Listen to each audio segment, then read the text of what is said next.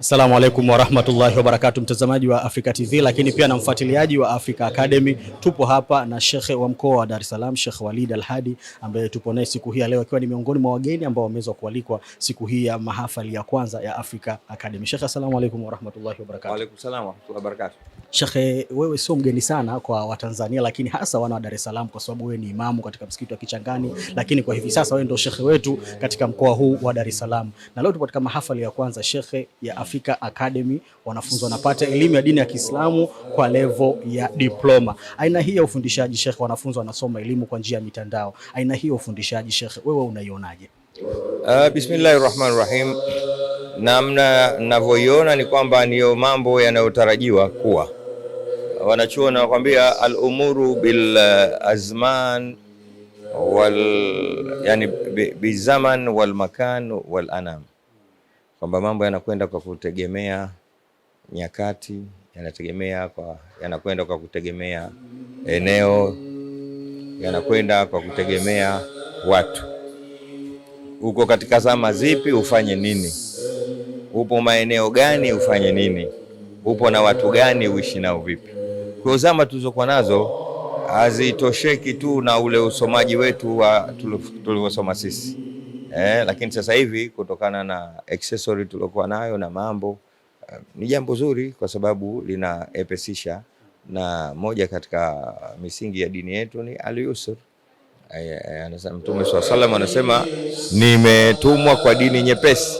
Kwa hiyo kama upo uwepesi wa kusoma kwa njia ya kupitia kiganja na popote ulipo, ili mradi tu ichungwe adabu za elimu, adabu upande wa shekhe, adabu upande wa elimu, adabu upande wa msomaji, ni jambo zuri tu.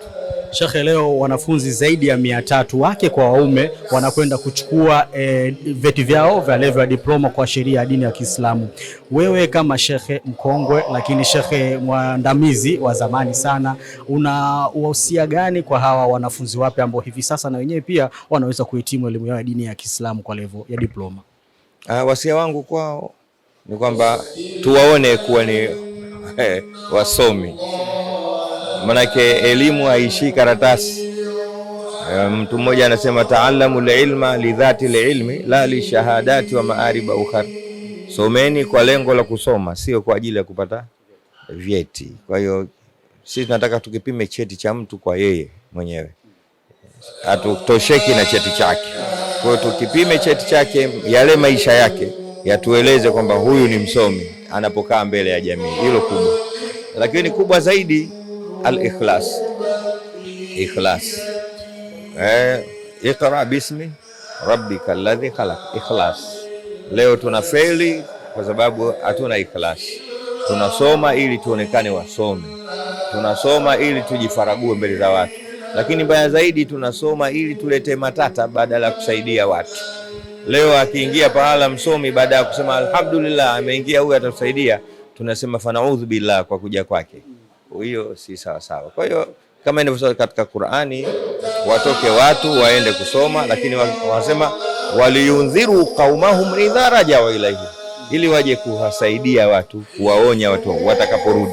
Kwa hiyo tuna wasia wangu kwao, hawa wanaopokea leo vyeti vyao hivi waje kutusaidia, waje kutuondoshia matatizo, kwa sababu ni tatizo. Yule unaomuona awe ni solution, kumbe ndio tatizo.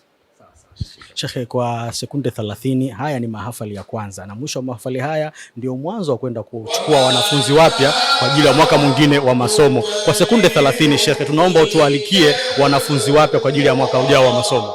Ni uweze kualika wanafunzi wapya kwa ajili ya mwaka ujao wa masomo. Kwa nafasi nilokuwa nayo, nadhani haya yanakwenda mbali zaidi. Mimi nawaalika dunia nzima, wale wote ambao kwamba wataipata risala hii kwa kupitia lugha ya Kiswahili, basi kwa utaratibu utakaowekwa na TV Africa yani Academy, watu wapate kujiunga kwa sababu ni fursa hii, na fursa mara zote haiji mara mbili. Shukrani. Mimi nikushukuru sana Sheikh. Karibu sana. Usiache kutufuata kwenye mitandao ya kijamii Africa TV2, Facebook, Instagram, Twitter na YouTube. Africa TV2, mwongozo wa maisha.